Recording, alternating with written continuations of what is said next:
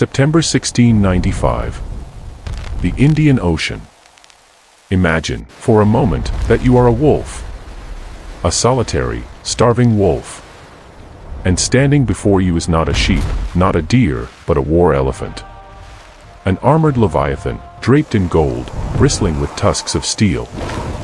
This is the reality facing the man standing on the quarterdeck of the ship called the Fancy. His name is Henry Every. And the monster looming out of the darkness before him is the Ganj-i-Sawai. It is the flagship of the Grand Mughal of India. It is the mightiest vessel in all of Asia. It carries 62 massive cannons. It carries 400 elite musketeers. It carries a cargo so valuable that its loss could bankrupt nations. By all the laws of physics, by all the rules of warfare, Henry Every and his crew of ragged, desperate men should be dead. They should be blown out of the water before they can even draw their cutlasses. But history has a wicked sense of humor. Because on this day, under the scorching sun of the Arabian Sea, the impossible is about to happen. This isn't just a story about a robbery.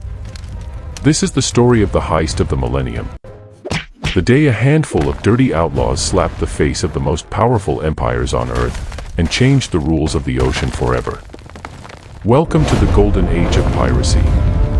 Welcome to the hunt. To understand the sheer insanity of what is about to unfold, we must first look at the board. We must travel back to where this conspiracy began. Not in a shadowy fortress in the Caribbean, but here, in the mud and fog of New York City. The year is 1695. Forget the skyscrapers. Forget the lights. The New York of this era is a frontier town, a place where civilization is thin and morality is thinner. It is a pirate haven. The English governor, Benjamin Fletcher, doesn't chase criminals, he dines with them. He sells them protection. He takes their blood money and calls it tax. And walking these muddy streets are two legends. First, there is Thomas II, the Rhode Island legend. He is an old wolf, grizzled, violent, a man who has already tasted the wealth of the East and is hungry for one last score. He is the muscle, the brawler. And then, there is Henry Every. They call him Long Ben, or Soon, the king of pirates. He is different. He is calculating. He is a former Royal Navy man who led a mutiny not out of rage, but out of cold, hard ambition. He doesn't want to just rob a ship, he wants to retire. He wants the one big score that will let him vanish into the pages of myth. Together, they hatch a plan that is breathtaking in its audacity. They will not hunt in the Atlantic. They will not hunt in the Caribbean. They are going to the mouth of the dragon. They set sail for the Red Sea. Specifically, to the Straits of Bab el-Mandeb. The Gate of Tears. It is a choke point. A narrow neck of water separating Africa from Arabia. Every year, the Mughal fleet, the richest convoy in the world, must pass through this gate on its pilgrimage to Mecca. Every knows this. Two knows this. And so, they gather a fleet. 6 pirate ships. A wolf pack. They sit in the calm waters, waiting. Watching. Like spiders in a web. And then, the horizon shifts. It is a sight that would freeze the blood of a lesser man. 25 ships. A floating city of wood and canvas. The Mughal convoy. The plan is simple, divide and conquer. But plans rarely survive the first cannon shot. Thomas II, in his ship the Amity, sees the prize. But he is impatient. He spots the convoy's escort ship, the Fateh Muhammad. It is a beast of a vessel, heavily armed. But II attacks anyway. He thinks his ferocity is enough. He is wrong. The Mughal gunners on the Fateh Muhammad are not merchant sailors. They are soldiers. They fire a single, devastating broadside. One shot. That is all it takes. A cannonball screams across the water. It strikes Thomas II in the stomach. It is a gruesome, messy end to a legendary career. 2 falls, his life spilling out onto the deck he commanded. His crew, seeing their captain butchered, panics. They surrender. In the blink of an eye, the wolf pack loses a leader. The ambush is failing. The convoy is escaping. Henry Every watches this from the deck of the Fancy. He sees the disaster. He sees the massive flagship, the Ganj-i-Sawai, slipping away into the distance. A lesser captain would turn back. A lesser captain would take the scraps and run. But Every orders the sails unfurled. He orders the chase. It is a pursuit that lasts for days. The Fancy is fast, a predator built for speed. The Ganj-i-Sawai is heavy, laden with gold and pilgrims. Mile by mile, hour by hour, the gap closes. The sun beats down. The tension on the pirate deck is thick enough to choke on. They are chasing a titan. The Ganj-i-Sawai has 4 times the men, 3 times the firepower. If they catch it, they will likely die. But then, the hand of fate intervenes. As the Fancy draws within range, the Mughal defenders prepare to fire. They load one of their massive cannons. The fuse is lit. Boom. But the ball does not fly towards the pirates. The cannon explodes. It was flawed. Cast imperfectly. The explosion rips through the gun deck of the Mughal ship. It kills the gunners. It starts a fire. Panic erupts on the deck of the giant. Every sees the smoke. He sees the confusion. Now, the Fancy unleashes a broadside. Chainshot spins through the air, screaming like a banshee. It smashes into the mainmast of the Ganj-i-Sawai. Wood splinters. Ropes snap. The giant sail collapses, burying the defenders on the deck. The Leviathan is crippled. And now, the wolves board. They swing across the gap, screaming, pistols blazing, cutlasses drawn. The fighting is brutal. It is hand-to-hand combat in the most claustrophobic, terrifying conditions imaginable. For 2 hours, the battle rages. The deck becomes a slaughterhouse. But the pirates, they are fighting for their lives.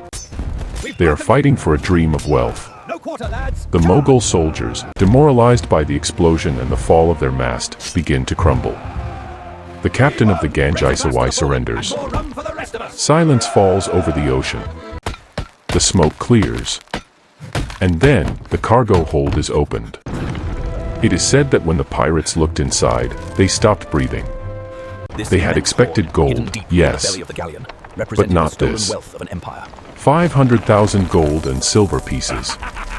Chests of diamonds, rubies, emeralds, ivory, silk, and the passengers, high-ranking members of the Mughal court. The value of the haul is estimated at £600,000 in the currency of 1695. In today's money, that is nearly $130 million. It is the richest single capture in the history of piracy. Every single man on that ship, from the lowest cabin boy to the captain, is now rich beyond their wildest dreams. They have more gold than they can carry. The ship sits low in the water, weighed down by the plunder. They have won. But in their victory, they have woken a dragon far more dangerous than the ship they just sank. Word reaches India. The Emperor Aurangzeb is the ruler of the Mughal Empire.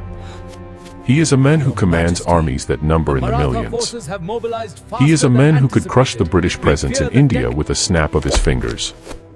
When he hears that an English ship has attacked his fleet, murdered his people, and stolen his treasure, he does not just get angry. He goes cold. He cuts the trade routes. He arrests the officers of the British East India Company. He puts them in irons. He threatens to expel every single Englishman from Indian soil. In London, panic sets in. The British East India Company is the engine of the British Empire's economy. If they lose India, As the stock decade drew market to a close, crashes, The storm clouds gathered the not just economy over the city, collapses, but over the very heart of the the empire falters. Cannot silence the The opposition. parliament realizes with horror that a single pirate has brought them to the brink of ruin. Henry Every is no longer just a criminal. He is a geopolitical disaster. He is, as the proclamation declares, hostis humani generis, the enemy of the human race. And so begins the first global manhunt in human history. The British government puts a bounty on Every's head. Look at this proclamation. £1,000. Another tax, I assume? No, A this is about fortune. the decree. They promise pardons to any crew member who betrays him.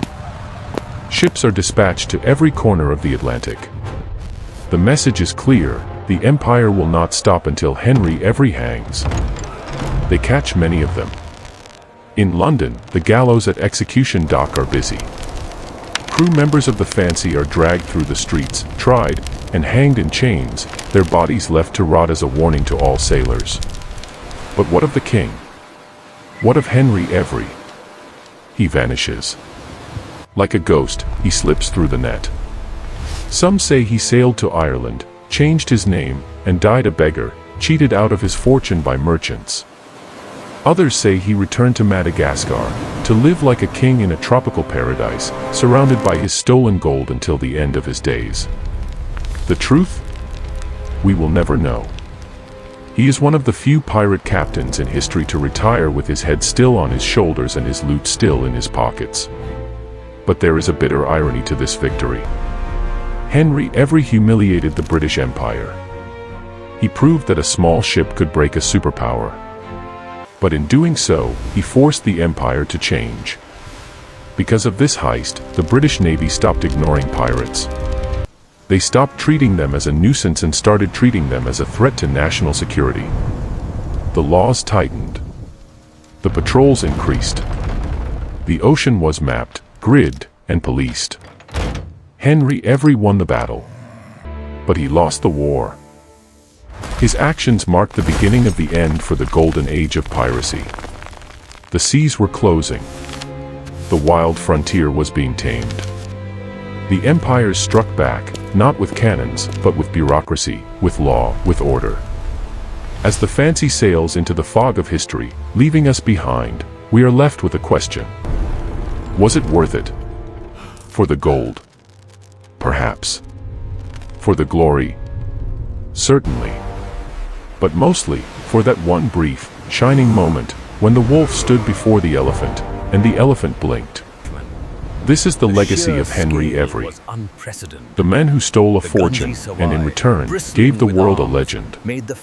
Henry Every proved one thing: even the mightiest empires can bleed. But he was not the only one who dared to challenge the world order. The ocean remains. And beneath the waves lie thousands of untold stories. Stories of insane tactics, cursed treasures, and the eternal war between freedom and power. If you want to set sail with me and explore the brutal, hidden corners of history, hit that subscribe button and ring the bell right now. Don't just be a spectator. Join the crew of pirates versus empires. And now, a final question for you. Which legend should we hunt in the next video? Blackbeard, the demon who wove burning fuses into his beard? Or Qingxi, the pirate queen who brought the Chinese empire to its knees? Leave the name you want to see in the comments below. I will see you on the other side of the horizon.